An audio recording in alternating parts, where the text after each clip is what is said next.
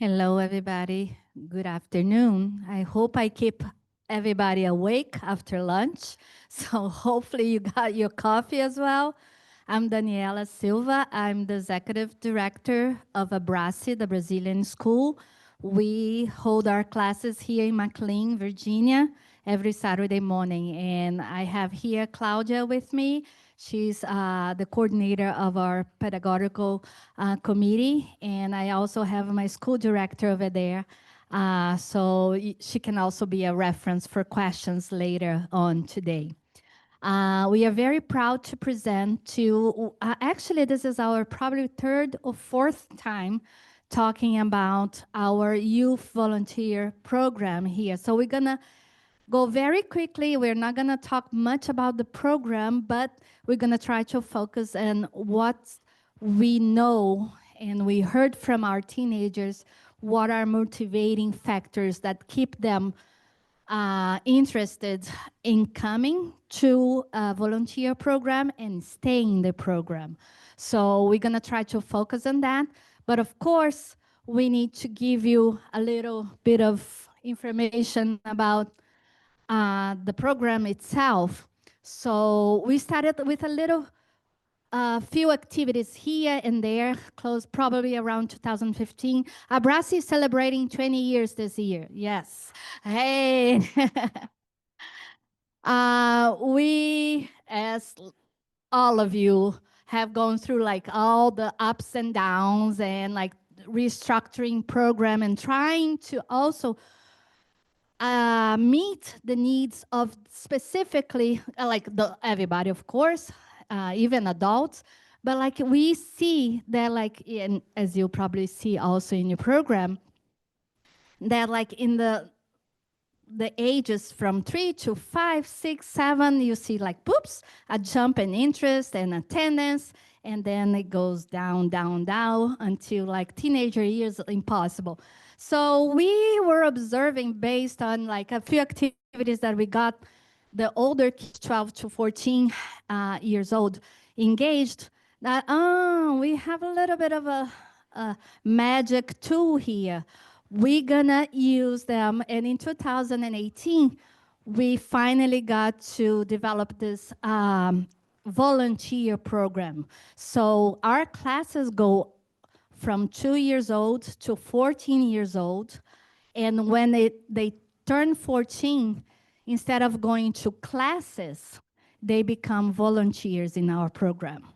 So we're gonna talk a little bit more. Claudia will tell you a few examples of what they are doing in our program based on what also they bring us, what brought them the interest to stay after 14 years of age. Why are they staying? Even when they turn 15, 16, 17. And so those are the questions that we asked them. We observed, we hear from parents, we hear from teachers. So that's what we're gonna bring to you, what we have collected in terms of information.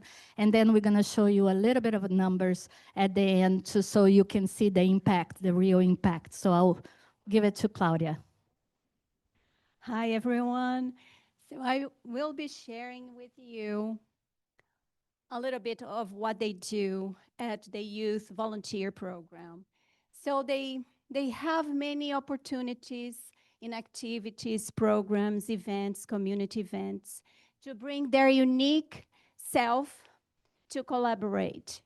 So they have the library where they help with the loan system. They tell stories to younger readers. They participate in the reading program called Read is Too Good. They participate in the classroom where they help teachers. They bring a lot of their knowledge, interests, and whatever they can contribute in the classroom and as well in the community events.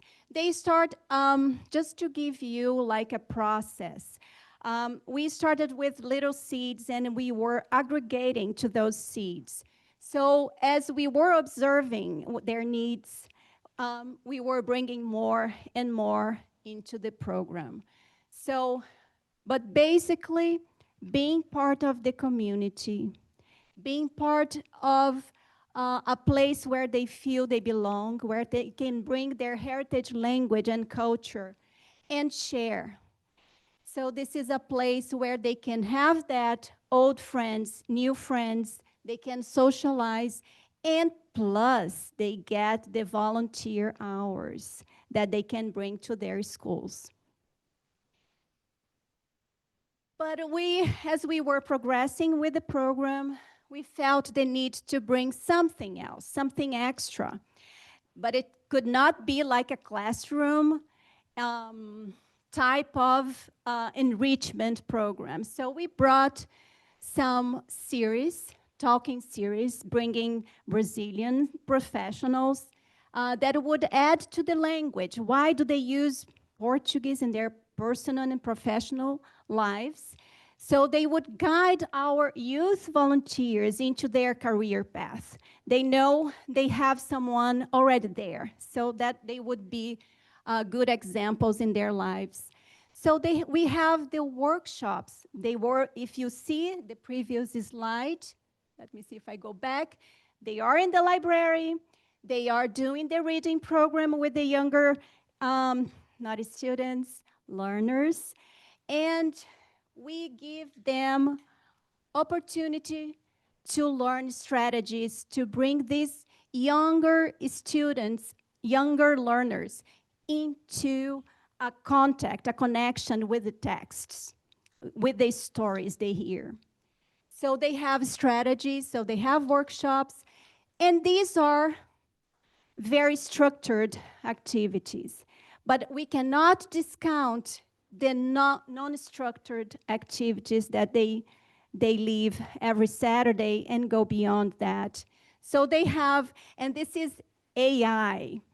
So there is no political lines defined, but just a patchwork quill showing that they are exposed to a multicultural environment.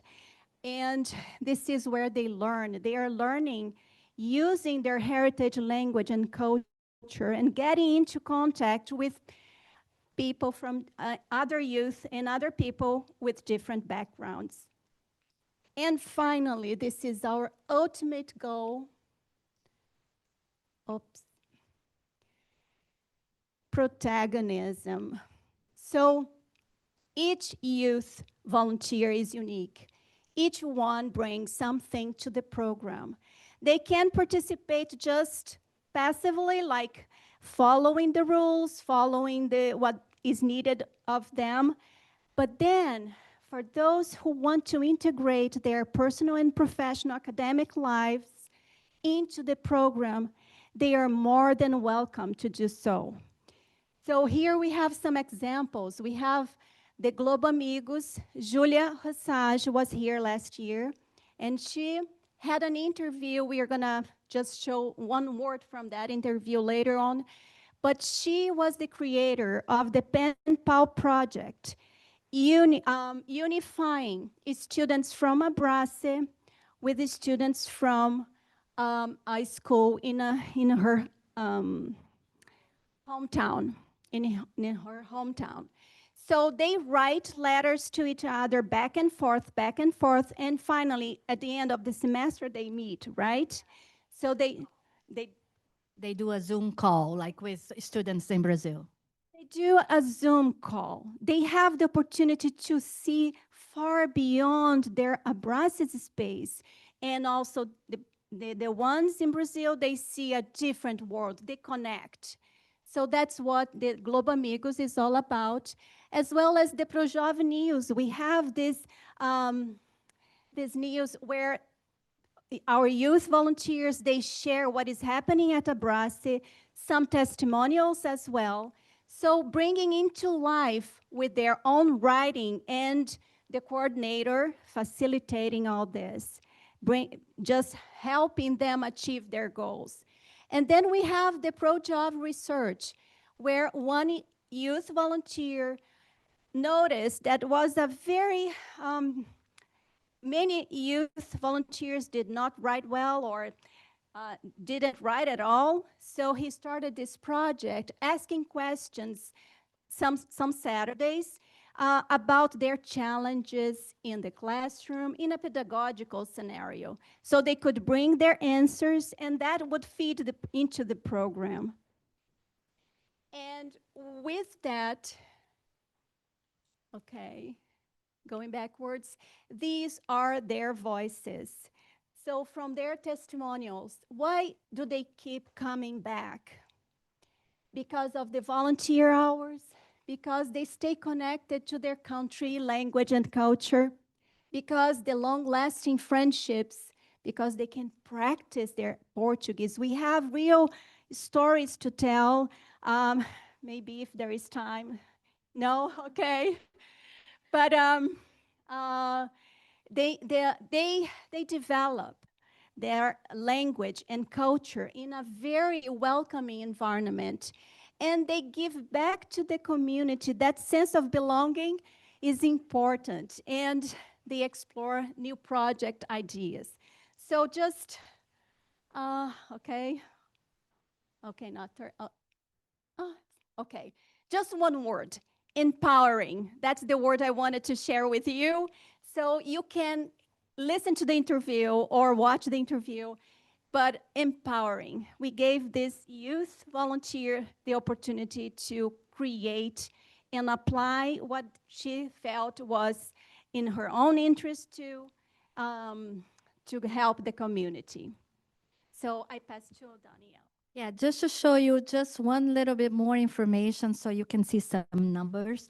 So in 2018, we started like with a few. These are the teenagers age 14 to 17. So you can see the progress in numbers. And up until this semester, we have 31 teenagers, adolescents enrolled in our program. What we wanted to show with the other table over there is like the impact not only with teenagers from 14 to 18, but look at because it's normal that 3 to 5 years old, the numbers are always higher, right? But look at the numbers at 12 to 14 years old. You see also a progress because the teenagers are being role models. And now the preteens want to be in the ProJob program. They want to be volunteers as well. So they're staying in the program because they know in our program, like when we open registration, the current students have priority in the registration. So it's affecting the whole program, and that's what we want to show you, encourage you to come and talk to us, because of course we have challenges, we have like the journey, the history of going through all these years. We have conquered a lot of space, but we can, as you might know, the challenges come along, and the learning is constant. It's like a constructive and progress work that we are going to be very happy to talk to you later. Or if you can also reach us at these emails and here afterwards. And we thank you for your attention, and nobody slept.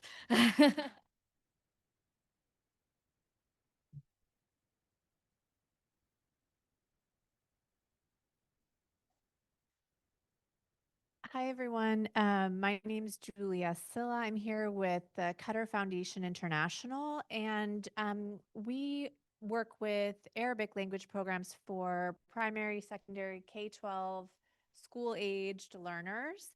And we work primarily in the US, Canada, the UK, and Europe.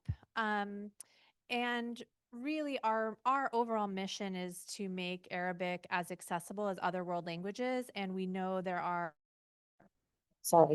challenges, both from all the different policy frameworks that we were talking more about yesterday, teacher professional development. There's all of these different things that are more challenging with less commonly taught languages. And thank you so much.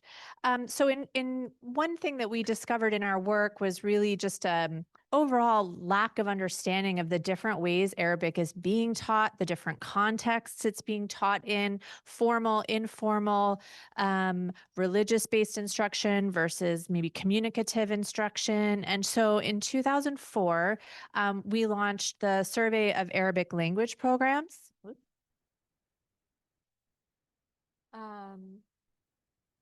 We launched the Survey of Arabic Language Programs, and really the goal of the SALP research survey that we call it SALP, is to really understand what that landscape looks like, both from how and where it's being taught in the U.S., Canada, UK, Italy, Sweden, Canada. I said Ireland. Sorry, Canada and Ireland. In using a mixed method survey. So really soliciting as much information as we could from different schools, both formal and informal, community-based, and also doing interviews with people who are on the ground teaching Arabic, trying to reach their communities and sustain language and culture. And really what we were hoping to do is kind of uncover some of the nuance, some of the interconnectedness. What are the challenges that connecting students with opportunities to receive credentials for their language study? How are formal schools recognizing students' multilingual backgrounds? Oh, thanks. Oh, no problem. Oh, thank you. Thanks. All right, let me move forward here. Okay. Sorry about that.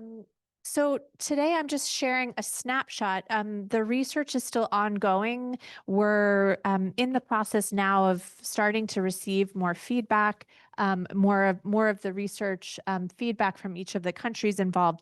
But a snapshot of the U.S., there were 67 Arabic programs that responded, and we're going to focus just briefly a snapshot on 9 that self-identified as heritage language programs. One thing that we found really interesting was that community-based heritage language schools, that definition seemed challenging. Like people didn't know, oh, am I a community-based? Like they didn't necessarily think of themselves in that way. And in terms of who they're reaching, it was pretty split between elementary, middle, and high school students. And really a vast majority of those, again, that self-identified in the community-based language programs were mostly serving heritage learners, which is a whole other presentation that we can do on what we mean by heritage learners with Arabic, because of they may not speak Arabic at home, right? They may have learned it in a religious context. They may not be able to communicate. They may read and write. So there's just a lot of nuance in that, which is really applicable when you think of how Arabic is being taught as a communicative language. On average, about 3 hours a week of instruction is what we were seeing with those programs. And most of the students were at this novice intermediate level. And just a brief, again, what is being used in these classrooms, we see a really wide variety of instructional materials like print, teacher worksheets, online apps, how teachers are bringing authentic language into the classroom also varies across different contexts. And some of my colleagues and I were reflecting after yesterday and today just how quickly this whole landscape is changing with the use of AI. How can, and how are we going to then keep up with sharing these opportunities with the landscape of how Arabic is being taught? So these are all challenges, but also really wonderful opportunities.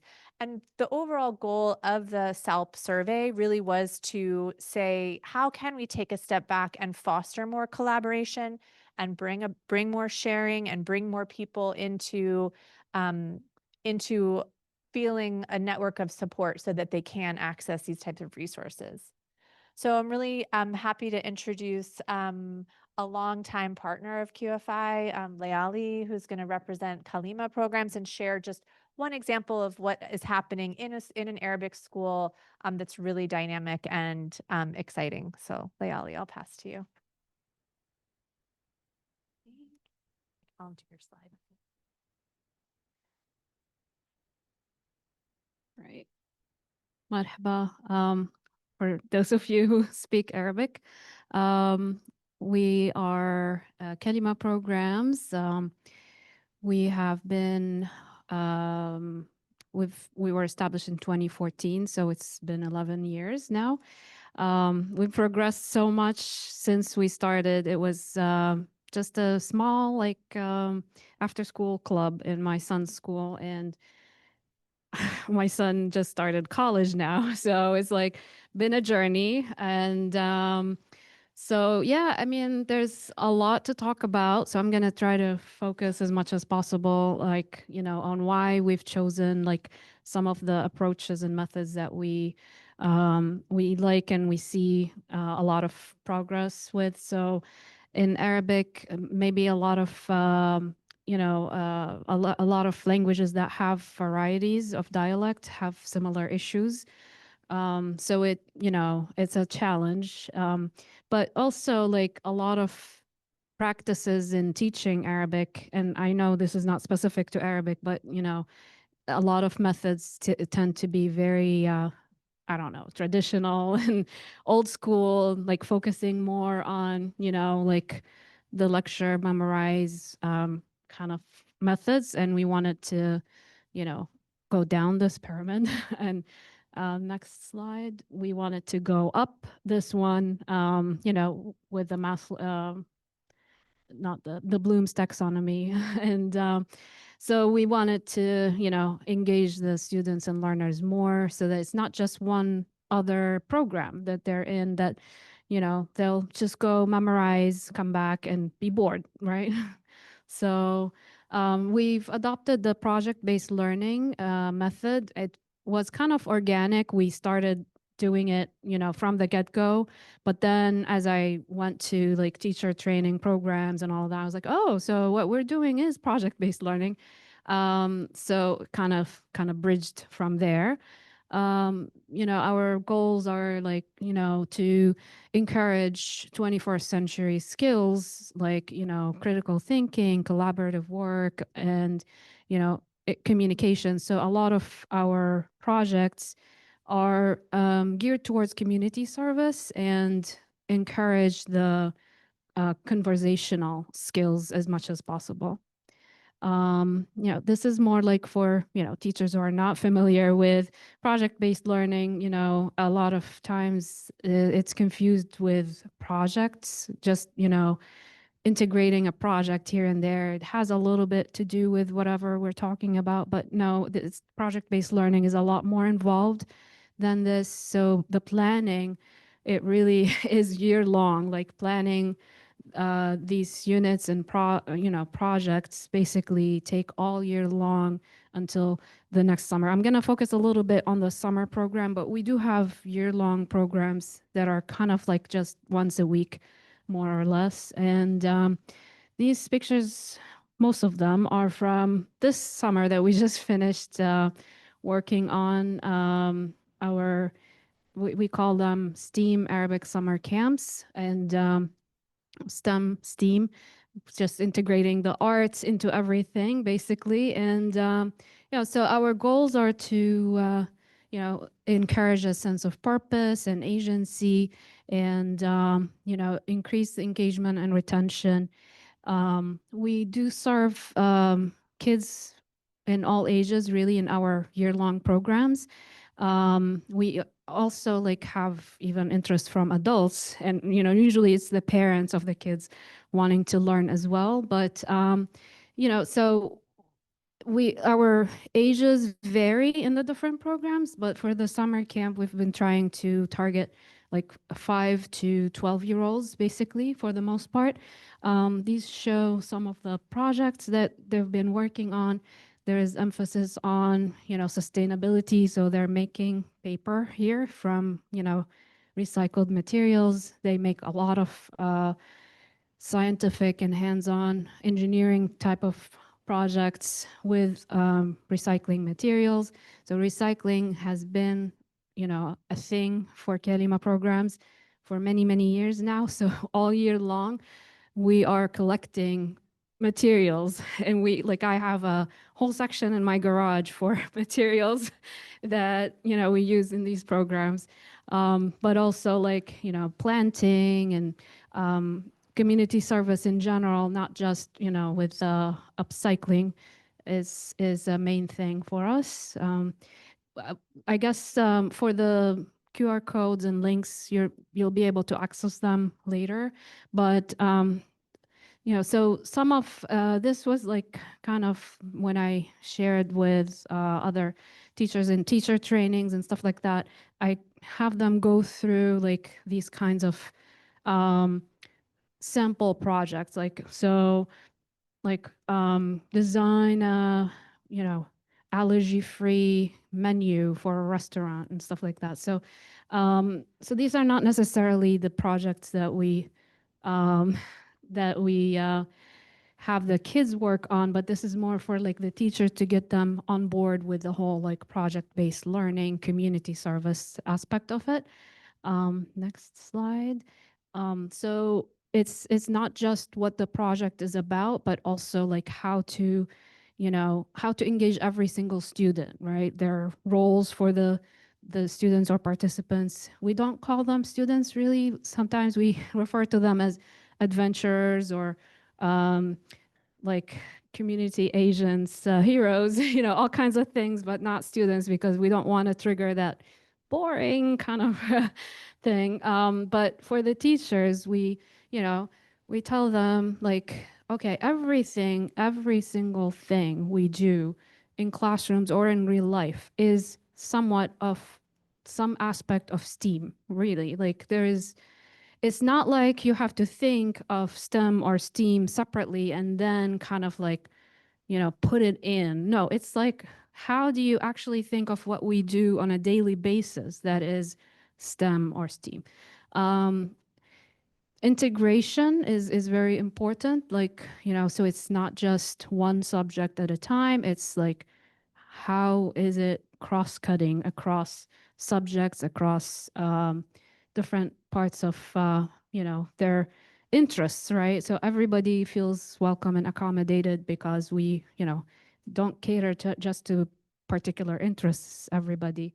And we do use can-do statements. We kind of modify them to serve our needs. We do have a benchmark skill list that technically for older kids, they kind of assess themselves, but they also help each other. We get them to pair up and do assessments in pairs as well.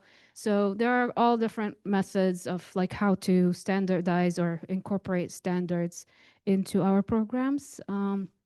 But for the teachers and the administrators, we have them also go through okay, how do we make this better? So every year we've improved basically on how do we take it, how do we continue with this, what do we need to replace, what hasn't worked, and stuff like that.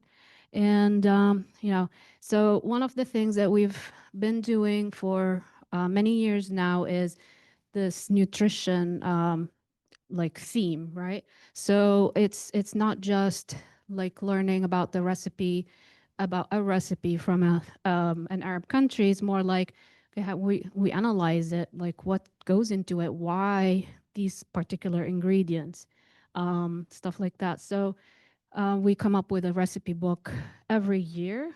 And then the souk theme, souk is market, right? So the souk has been a constant every single year. The upcycling integrates with the souk and the community service. It's all together. So the blog here, the QR code and link to our blog, which goes into details of how the kids prepared for the souk, what all of this. They decided to donate all the sales from the souk sales which are open to the public. Like we've had people come from the community to support the campers in buying and selling, collecting funds to help kids in need. And yeah, so basically, like, you can visit our website and know more about like the details of how we, okay, so that's my timer. Thank you.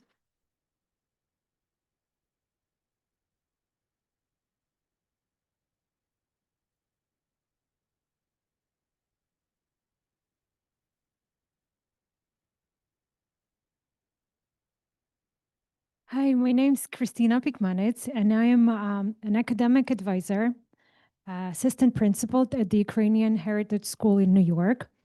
The history is happening right now. This is my first presentation done by AI. And I'm not sure how it's going to go. Here it is. Well, I did it. I asked AI to do what I wanted it to do. It did it, and I said, I don't like it, and I redid it. So basically, this is the cooperation between me and AI. All right, so I'm going to be talking today, hopefully, about something that we all share: books, materials. What do we teach? How do we teach? Because to me, it was 11 years ago a terra incognita, because I thought I knew it, but appeared when I started working with our school, I realized that I don't know anything. I know a lot about the teachers because they are like me. In our school, I should say, there are 300 children. This is medium school because as a rule, Ukrainian schools are big, unfortunately now. So there are 20 teachers, 15 assistants. We have this poem that I learned in a year that learners are learning it in pre-K, then first grade, second grade, up till 7th grade. And the teachers were not aware of that. When I started observing the classes, and because I was doing it for 2 years, I figure out that noun is everywhere. Every class is noun, adjective. Where's the verb? You forgot about the verb. Oh, really? We thought that the 3rd grade was doing it. And maybe it's the 5th grade, like nothing. Okay, what materials are you using? These. Like, you're making copies out of it? Like, what do you read? Like, that was a total mess. I'm not sure if we are the only school like this. And like, do you use books? Yes, we use books. We purchased them from Ukraine. What do you mean? You purchased the mainstream textbooks, like for 1st graders, 2nd graders? Yes, they don't work. Kids don't like it. They don't understand anything. Why do you do this? Oh, because there is nothing else to do. So it was just 1 year of, what are we doing? What are we teaching? Who are we teaching? All the teachers that we have, all 20 of them, unfortunately, are professionals like me that were born and raised in Ukraine, got their pedagogical education in Ukraine, then they came over and they started teaching. So to them, Ukrainian is a native language. They hear it, they feel it, they understand it. So it's obviously that anyone else feels the same way. You know what? It took me 3 years to persuade my teachers that students don't feel this way. They might understand what you're talking about, but they cannot respond. So Ukrainian is a Slavic language, and it's gender related. Everything is a he, or she, or an it. And if you fail the ending, the listener will not understand what you're talking about. For my teachers, it was obvious. Like, why? You understand that this is a she. No, but for kids, no. But you should just ask yourself a question and your ear will respond. Yes, your ear will respond. Theirs is deaf because they don't care if it's an A ending or an A. It sounds the same, just a nice sound. No, Christina, you are wrong. Okay, so here we go. this is the final outcome, what I've been doing past 10 years. These are the three main pillars, core things that I figure out will work, might work, I don't know because I'm still testing it for our school. The first one is distinction between the languages, that I talk to adults, not the kids. There are difference between the approaches, between the languages, the same Ukrainian language. And it's obvious probably for you right now. Ukrainian language can be a native language, a foreign language, and a heritage language. And it's not the same. For my teacher, it took a couple of years to realize it.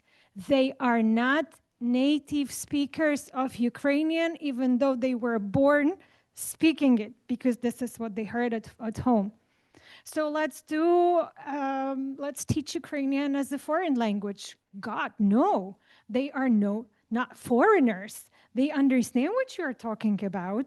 They can respond. Foreigners don't do this. Why can't you call the child non-Ukrainian just because they don't speak it?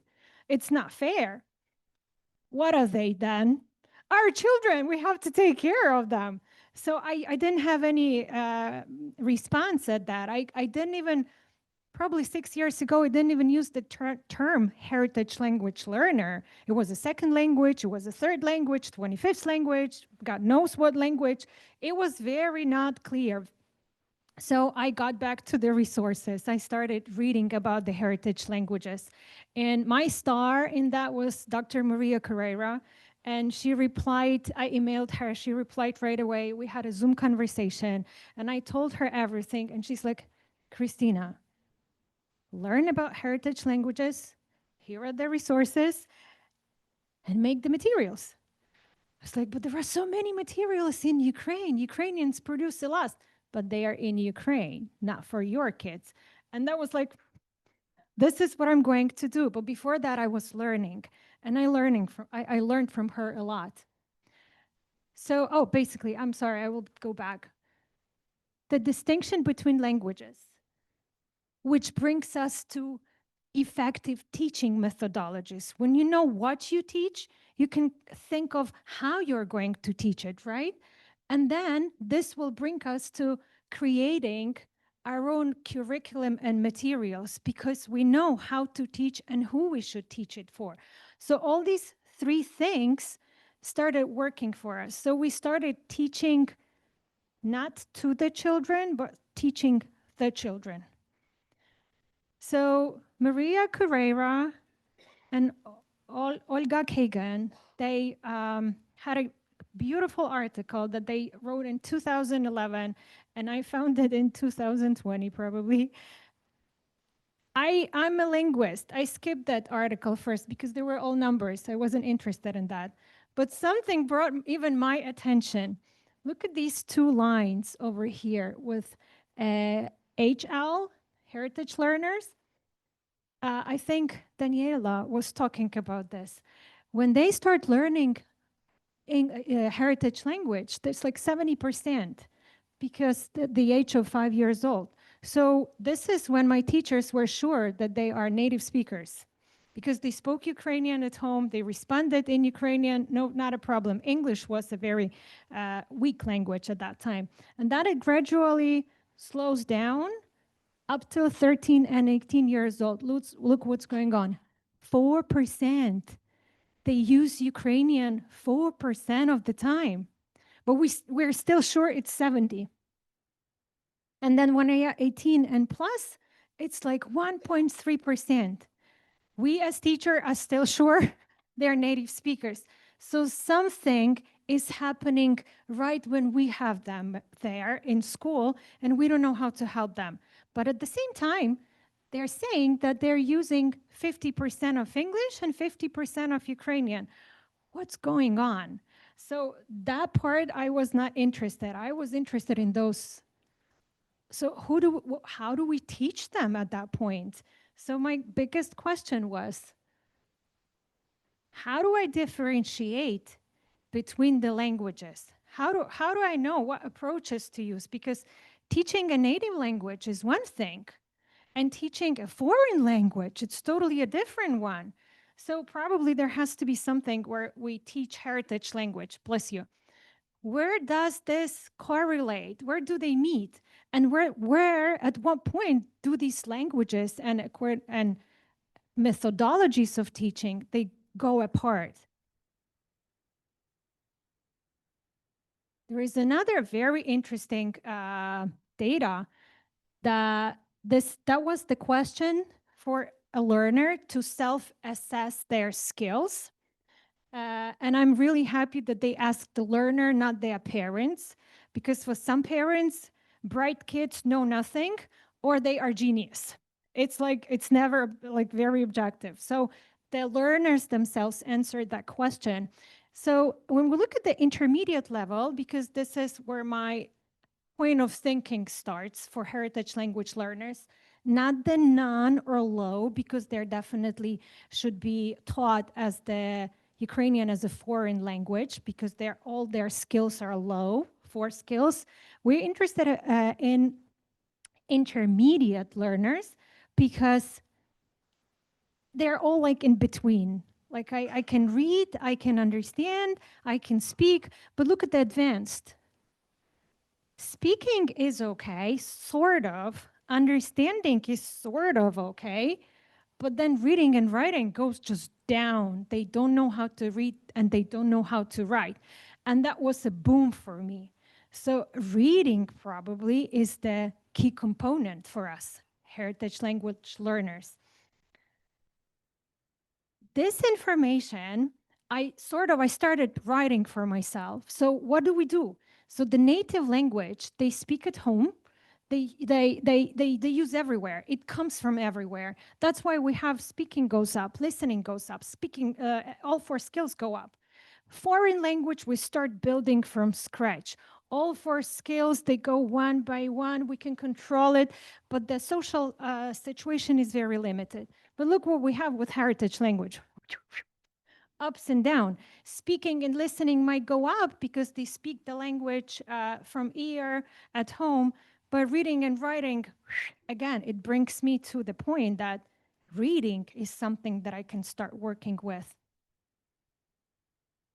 In other words, I love those pictures a lot. So this is how we build the native language. A little bit of here, a little bit of there. You see the picture is kind of picturing out.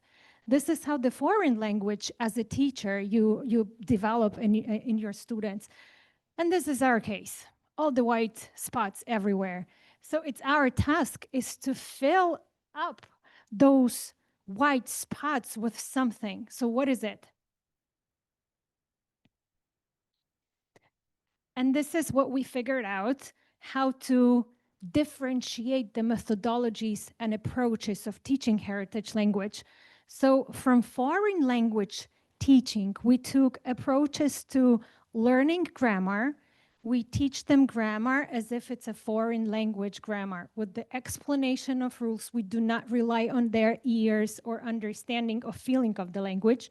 We teach them vocabulary, meaning that we translate even if it's necessary. We provide synonyms, antonyms. We include the sentences. And we teach reading as a foreign language, meaning there is the introduction, reading for details, reading for general information. This is where we're looking for the words. From the native language teaching, we teach listening as if they're native language speakers. We talk to them the way we talk in a regular life because their ear is trained. And we teach reading as native language teaching. So we see reading over here and we see reading over there. Why? The approach to reading teaching over here is the technique, how we teach reading as a foreign language. But the reading itself has to be authentic, not the adapted, not the change to elementary level or intermediate. And Maria Carrera is very specific on that. A reading piece for our children, heritage language learners, has to be authentic, meaning not the old one, but the modern one, not changed. The one that you would give to the native language learners, but the methodology that you use to teach reading is the reading as a foreign language. Is that clear? Okay. I'm almost done. So these are the approaches that we use every Saturday because we are a Saturday school and roughly we have 3 hours with them. Every Saturday, it's one lexical topic. Let's say we're talking about daily routine. Then there are 3 blocks. Vocabulary that we discuss, daily routine, what we do. Then we have a text, the authentic text from a modern literature that discusses daily routines. And also we have grammar that we found in that text, because as a rule, grammar is a separate topic. We all teach grammar. No, we don't have this. Grammar is in that reading. And like I said, reading is our core. And finally, this brought us to the materials that we finally created. We have the materials, and I will leave the books. They're in Ukrainian, but you will understand what's going on there. We started from just putting the lessons together in one file. Lesson 1, files. Lesson 2, we printed it out. We started teaching. In a year, we put it together in a Word document, but we made it beautiful. The same type, like everything was the same. So this is the Word document that we have. We are using, it's colorful.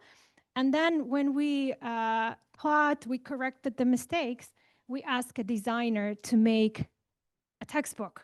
And this is what I encourage you to do. Do not expect someone from your, I don't know, original countries of origin will bring you the materials. None of them will do it. They just simply don't know who we are working this. But you've got so much materials, and knowing how to approach it, you can do the same thing for your kids, because the next generation after us can already have volume 1, and then the edition 1, and then they could do edition 2. So I hope it was helpful for you sharing this experience, and enjoy it. Start working on your new materials. Thank you.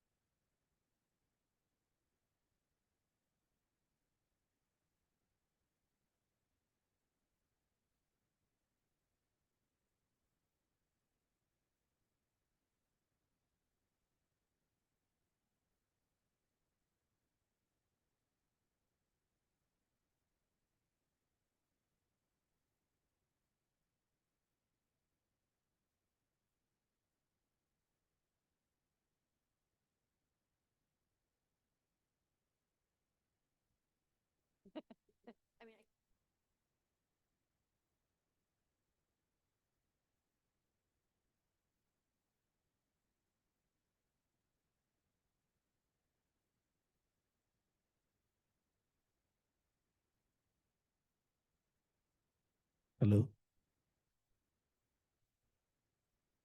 Good afternoon, everyone. My name is Partha Debnath. As you can see and feel that my voice is really betraying with me or not cooperating with me. I got cold a couple of days back, so I was even afraid that I would not be able to make presentation. But there's a wisdom, right?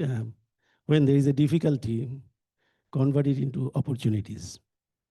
And Tom talked about the AI and how to convert that.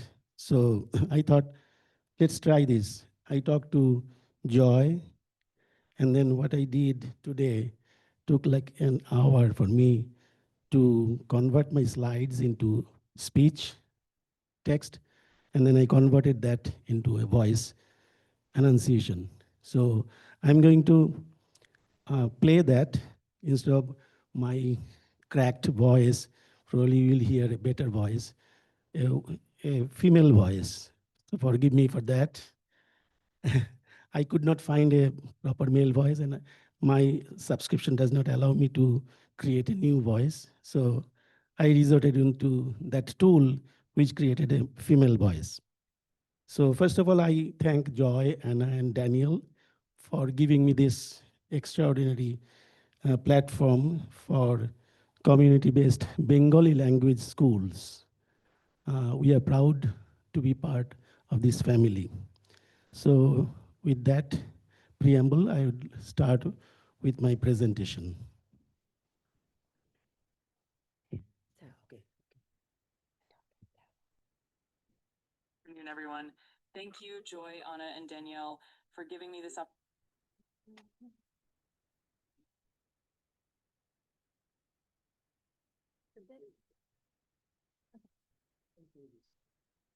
Is that okay? No.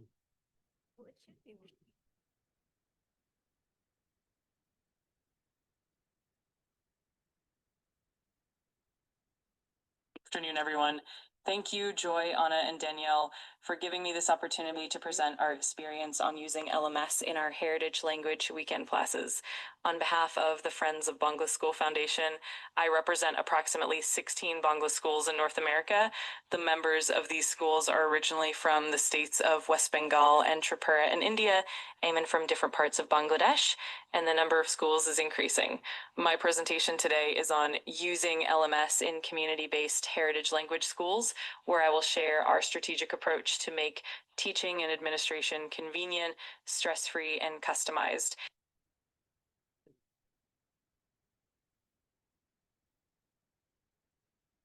It is truly a privilege to be here with all of you, teachers, coordinators, and administrators who bring these heritage language schools to life every week. I'd like to start by stating the objectives for this presentation. First, I'll share how we used LMS to simplify our teaching and administrative tasks despite limited resources.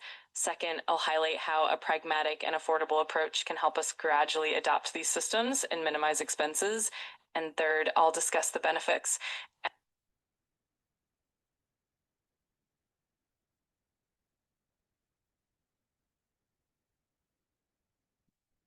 for younger learners and their families.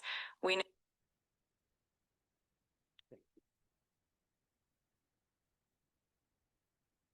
know that our work is not easy. In fact, it's often exhausting. We, the teachers, prepare lessons in our kitchens after dinner using photocopies, handwritten notes, or slides we've saved over the years.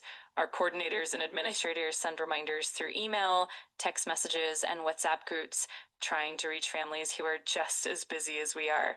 Parents ask for updates, students miss classes, and in the middle of all this, we're left juggling papers, spreadsheets, and evening or odd hour phone calls.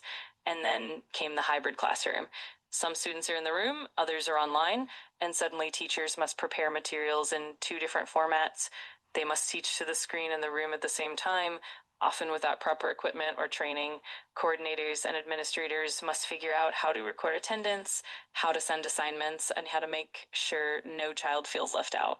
Many of you have told me that you feel like you're constantly improvising, constantly reinventing the wheel with very little support. I think the voice is also compassionate to me because that voice is also cracked a little bit. You can hear that.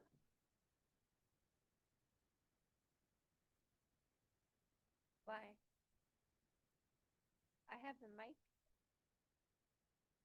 Oh, maybe not. Oh, okay. No, I I'll can put- hear that now. I was saying that even this automated AI-based voice is compassionate to the speaker, me, because that voice is also sometimes cracked. I think you can recognize that. Oh, thank you so much.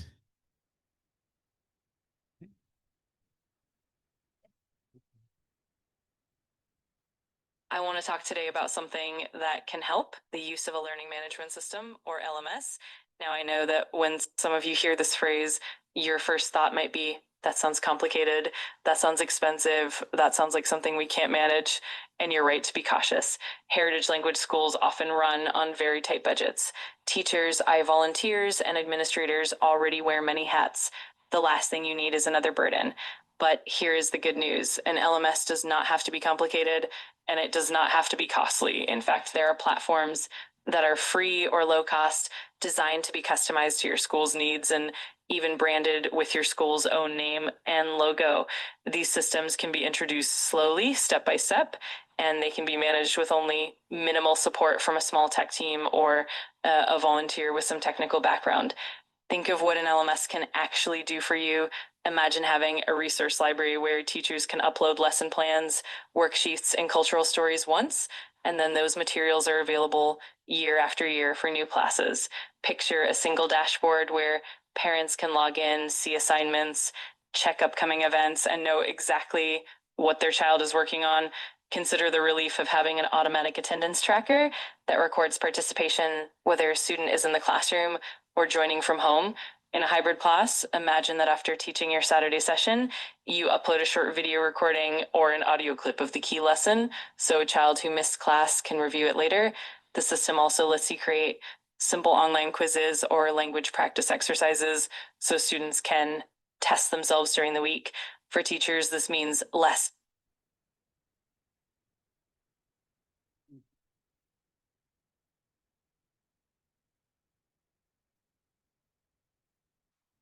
Oh, okay. Sure, absolutely.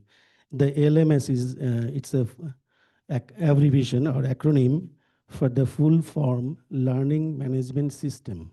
So the learning management system is basically it helps to coordinate the teaching aspects of that, the content, the materials, and the communication with the parents, with the learners, and as a bigger dimension of the administrative and coordinating aspect of it. So that's the total system is called learning management system. There are many learning management system in the market. Thank you.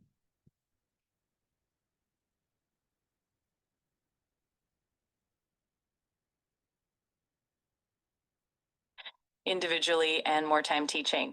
For coordinators, it means fewer scattered emails and fewer last-minute phone calls. Now, I'm not suggesting that every school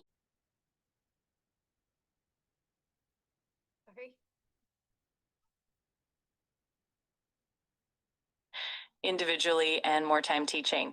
For coordinators, it means fewer scattered emails and fewer last-minute phone calls.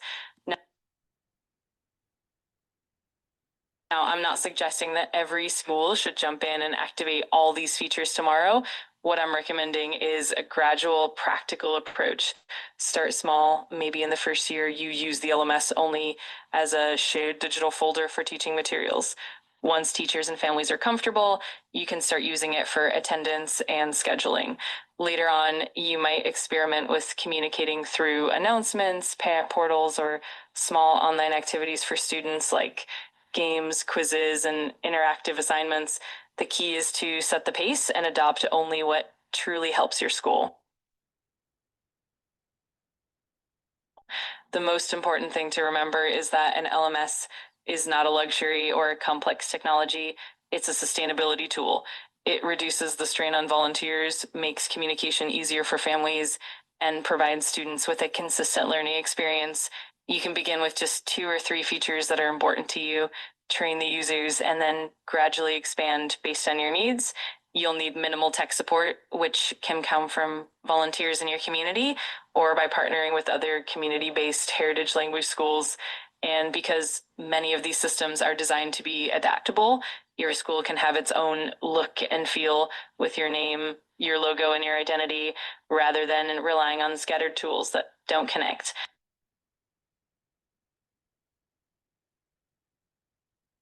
Now I'll show you a few screenshots of the LMS that we are using for our member Bangla schools across the country.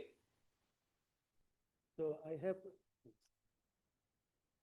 I have for the slides, I have created some screenshots of the LMS that we use for the Bangla schools. However, I can provide you after the session, there is a breakout session, right? So I can show you some of the live things later, if it, or any Q&A. Yeah, okay, thank you.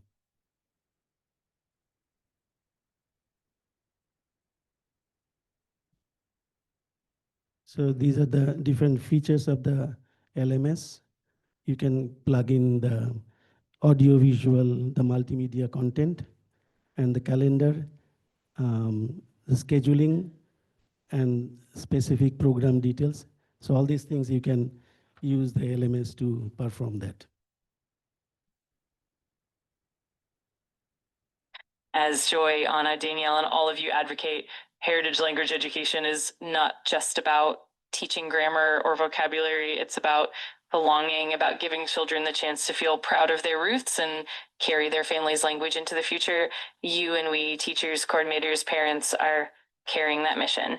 If a simple, customizable technology can ease your workload and strengthen your schools, then it's worth considering because it allows you to focus your energy where it truly belongs, into your students, your culture, and your community. So to reiterate, an LMS is not a luxury, it's a sustainability tool. It reduces stress, improves communication, and creates a bridge among students, parents, teachers, and administrators. It helps preserve language and culture with less administrative burden and more organized support. It allows for strategic implementation, customization, and gradual adoption. Here are my contact details in case you need any help using an LMS for your CBHL schools. We'd love to cooperate and build a better future with our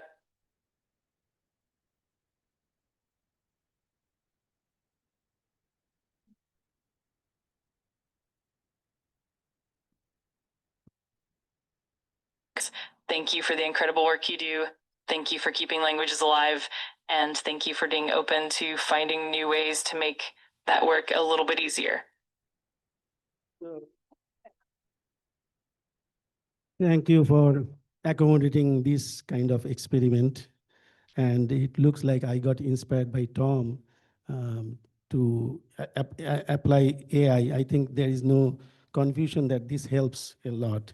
There is no controversy of using the AI in this particular field, but in other places, yes. So any question or anything, then please, I will take care of that later. Thank you. Thank you.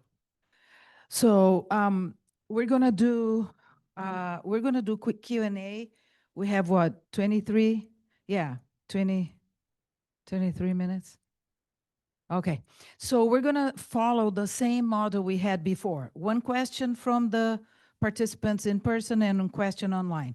Heike, I already have your question, so I'll use that as a first online after we get the first person here. That's okay.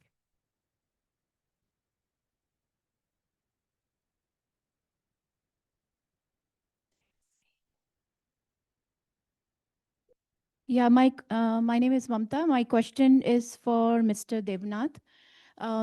Well, what is the name of your LMS and is it something you designed? And have you guys faced any challenges? So the name of the LMS is banglaclass.org. That's where you can go and see that LMS. The thing is that we have not designed it from scratch, like coding, etc. It's a kind of open source system. That's why I said it's affordable, not so expensive. If you want to create a LMS of this kind, we may have to spend $50,000 or even more, right? There are so many LMS of that kind. What we did is that nowadays in IT field, you know that there is open source, meaning people share their codes. So when we find that, we have the technology people who knows how to use those open source and then create our own. So that's why I said that you can do customization, etc., with that open source. Okay, thank you. So now the next question is the question online, and the question is to the ABRACE people, to the youth program. The question is, why did the students who attend the Projov program, why did they stop attending regular heritage language classes?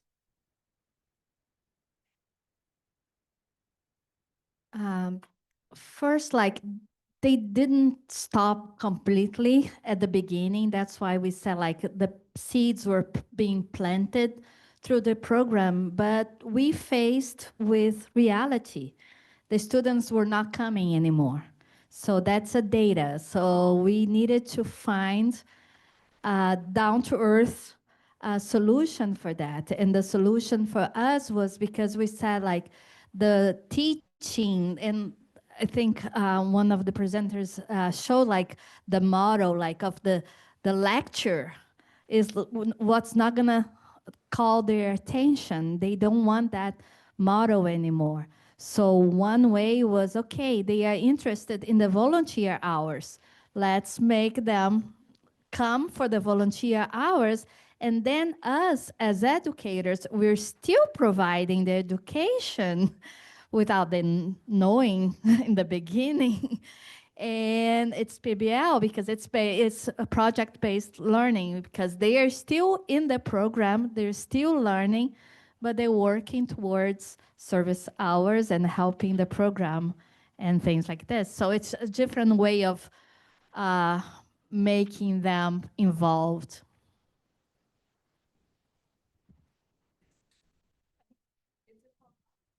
Okay, we just have to go fast, okay? Because there are two more people in line here and two more questions online. Thank you. It's a follow-up question. What is the way that you recognize their volunteering work in your school, in your program? Teenagers, these are kind of service hours that they can submit to their high schools, but how are they recognized by your school? Certificate or credit, or if you could talk about this. Thank you. Yeah, unfortunately, we don't have the global biliteracy program. Our teenagers, they don't have that as an option or as an incentive. So, but we do recognize them in a daily basis, like feedback, certificates, letter of recommendations, and on our media, social media, we're always talking about this. Last year, for example, I think it was 2024, 2023, even the Portuguese Association, the Association for Portuguese Teachers here in the United States, they gave an award for this program. So this counts for them also to validate their efforts and to show them like playing forward for college applications and things like that. One question up here. It's not a question, but just add to the question was like what other elements are there. So there is also the free version without any installation or any setup. It's one of the Google Classroom. That's one of our heritage language school like Hindi USA. They are the one using it for their remote classroom. So yeah, so that's just wanted to add. That's also without any setup or anything. And that's really easy to use also. That's very good you said that, because there's a question online from one participant that says if it's possible for Partha or you or any of us to share the link to open sources, or if it's possible to share like a step-by-step on how to create an LMS. And I'm sure Mr. ChatGPT could help answer that too, I'm sure. Yeah, thank you. Yeah, the open source you can see, and as Shami said that the Google Workplace also has that. There are many such free services available, and it is very good. I mean, it's free. How better can it be? So, but the thing is that you cannot customize it. You cannot, it's free and it's called COTS tool, off the shelf. Whatever is there, you have to use it. And definitely there are many good features, but the only lacking is that it cannot be customized or configured separately. In order to do that, you have to be really spending time on that. However, yeah, A+ tutor is one of them. Blackboard is very good. Blackboard, universities use that. And many schools use that also. Yeah, there are, yeah, I can provide. Okay, yeah, campus is there, yeah. And as Joyce, I mean, Anna said, you can do ChatGPT to find out other tools also. But definitely, we have experience, so we would like to share the experience. Even this type of tool, we can extend that to other schools. We would love to do that. That's why I meant that sharing the resources, mutual sharing is the better way to go forward. And I just want to, because you also raised your hand, right, to ask a question. Did somebody else raise a hand before her? I was not sure. So, okay, then you can do a follow-up in your question. Well, thank you. I just wanted to ask, do you do a special kind of train the trainer or kind of guidance on how to use the tool? And can you a little bit walk us through that, how complicated it is, how like are teachers receptive of the guidances? The reason why I'm asking is that a couple of years ago, we tried to use a Google Classroom and we tried to provide some basic instructions and some of the teachers found it a little bit cumbersome to go through the motions. So they felt like sending everything through email was easy, although it's not easy to kind of maintain the database of the materials. At the time, it was for them the easiest because they're all volunteers, so they're limited with the time. Yeah, trust me, we have gone through the entire cycle of looking for different options, and we found that this is the most optimum, may not be the best, because to get the best, you have to spend the best or like, resources. But this is the optimum one, and definitely we would love to share the resources. I mean, the thing is that if every school has one or two volunteers who can do, doesn't have to be, that person doesn't have to be a technically, like a tech guru or tech savvy, as long as the person can understand some configurations and high-level administrative work, I think that person can do that, run the LMS. Thank you. So there's a question here. Natalia, I didn't forget you. I just changed the order a little bit. The question is for Christina, and it asks, what resources are available for students who want to receive a biliteracy seal for Ukrainian? If you know of any. If you don't, Linda will always have an answer for those questions. Yes, but there is another thing that all of us should remember, that for college credits, to get your bachelor's degree, you have to have a second language credits. So Ukrainian or any other language, you should go to and ask a program director if it counts, because in many cases, Ukrainian does count, and it's for parents, it's very important to know, because that's why they're pushing their kids to go and study, because they don't want to pay for those extra credits. Wait. I didn't mean to startle you, but they can't hear us, so. I want to share my experience, in our school, what happened. We decided that, all the high schoolers, they were dropping out. They were not interested. They were asking the question, how does Hindi help me in my life? And that was a difficult question to answer. Like, we cannot tell them. I mean, they are going to STEM schools. They are doing all that. I mean, we cannot tell them that, okay, you can go into becoming a professor, you can go into language, some people want to do that. The issue was how to solve that problem. And I think that when we introduced seal of biliteracy, that's when parents start asking, what is that? So we had to educate them. What is seal of biliteracy? What is global seal? And still to this date, I can tell you that students, when they get involved, they see a systematic structure, and there is more retention in the high schoolers to now go take that seal, and their motivation is become a global, take the global seal and then move on. I think that is the motivation there. So it's a great program, but you have to look at it like in a different way than just by looking at, oh, I'm going to get that college credit. That's not the right way to look at it. And just to answer that question about Ukrainian, we do have the ceiling of biliteracy in Ukrainian. Thank you very much, colleagues. We do have tests in Ukrainian, and you just have to Google it because it's like very probably it's not connected to a school. It just use the internet for this. Because there is a comment on from the online participant still about this question or this topic. I'll read. Thank you, Michelle. She says, "You wanna take the mic and say and share it, Michelle?" Are you able to hear my audio? Yep. Okay. Hi, there's a approach. Okay. Yes, I just wanted to say that we have indeed awarded the Seal of Biliteracy, our state seal, and the Global Seal of Biliteracy to students who are speakers of Ukrainian in Washington State.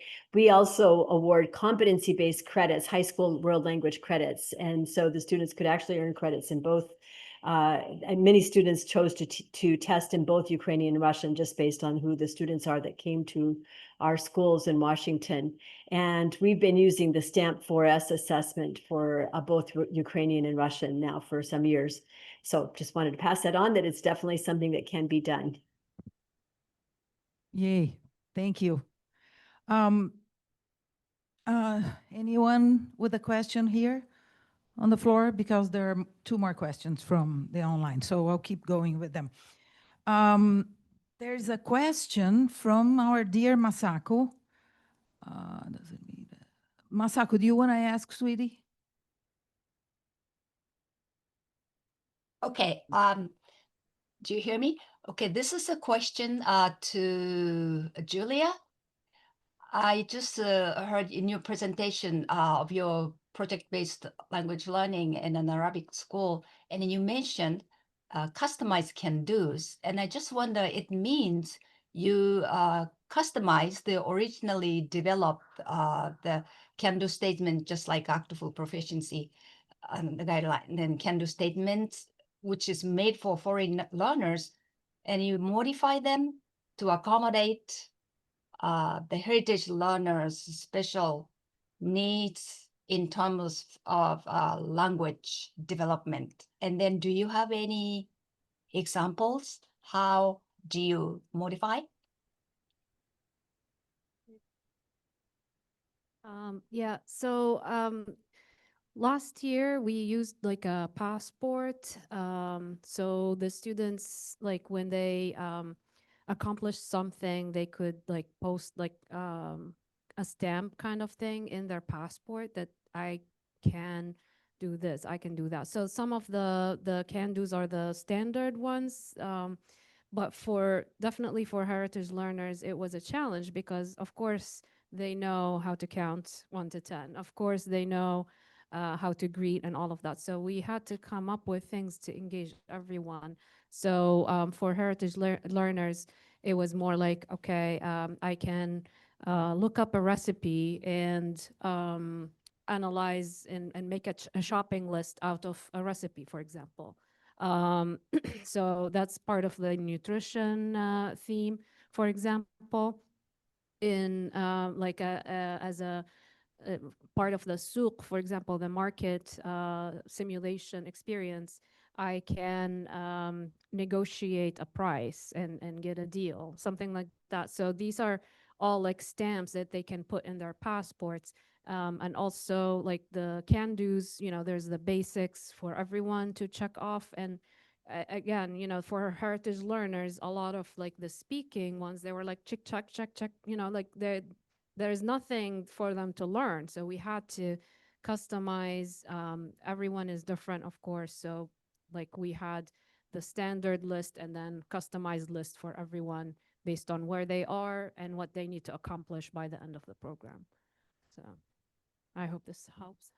Yeah, that's wonderful. Go ahead. Yeah, and just Yes. to really briefly add, I can share this afterwards online, but we've also taken the can-do statements for dual language immersion, grades K through 6, for Arabic as well, and those are all available online.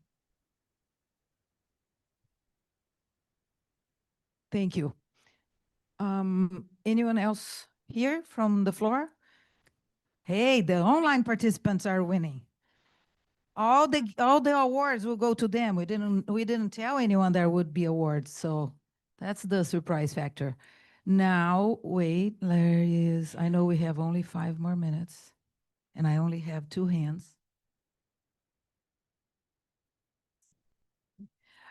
So Tatiana, I didn't forget you, sweetie, has a question for Christina, which probably is our last question. How do you approach, because you emphasize writing, right? I mean, reading in your presentation, how do you approach writing?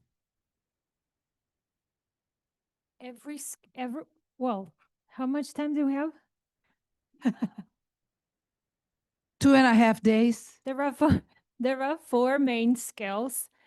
Like speaking is our goal, but we get to speaking through reading the same way we get to writing. Writing is always based on what we have read, what vocabulary we have just learned. They, as a rule, this is the end of the class or homework where they are asked to write about their own personal experience or discuss the reading, critically discuss the reading, and we encourage them to criticize what you have actually read, if you liked it or didn't like it, and explain why. So because the development alongside artificial intelligence, the development of critical thinking is still crucial for us. So writing is part of this critical development, and it's always based on what we have learned or the language topic that we discussed that day. That makes sense. You want to say anything, One Tatiana? comment for me, if you may allow. When we talk about Ukrainian, I would probably encourage all of us to talk about Ukrainian as an independent language and culture, not along with the Russian. Thank you. Thank you. It's extremely painful. They're not twins. And when we hear Ukrainian, a lot of the times I hear, oh, I learned Russian. I'm very happy, but it has nothing to do with me. And if there is the seal of biliteracy in Ukrainian, thank you for that, period. I'm sorry about this, but I had to say it. Wait. Right. Wait, just a minute, Roxana. Tatiana, I wanted to. No, I just wanted to thank you. Yeah, thank you very much. Oh, you're so sweet. You just wanted to say thank you. That's great. Do you want to add anything to the? Okay, yeah, because folks online couldn't hear you. We can, but they couldn't hear you. So before I conclude this beautiful panel time, I want to say something that I think we heard many times since yesterday in different presentations today, that one aspect that sometimes many schools that focus a lot on tests and assessment or have funding from the country, from the native country, therefore sometimes pressure from the native country to use certain materials or force kids to do some testings and require more academic, rigorous stuff. We tend to forget how powerful, proven by research, is the relationships the kids develop among peers, friendships that are born and sometimes carry carry out their whole lives. And now I changed my hat a little bit and put the hat of a co-founder of ABRACE. So very proud, celebrating 20 years. One thing that the two, Dani and Claudia, mentioned, and I want to highlight is many kids that go, that are 14, 15, 16, they mostly go because they're friends. After there, they plan, they go out, they have sleepovers, they love what they do at ABRACE because they have freedom, it's not classroom and stuff, but let's validate the affection, the connection, the bonds that are born and that we sometimes develop with parents too. You know, when we drop the kids off at the schools, we sometimes make strong friendships that last forever. So their internal motivation is there. And sometimes we do not take that into consideration as a very important key player. So thank you so much for all the presenters. This was very rich. Thank you so much, online participants. You helped us be a wonderful, wonderful panel. Yes, thank you. Thank you all. Thank you, Ana Lucia. We now have a break until 3:15, and then we go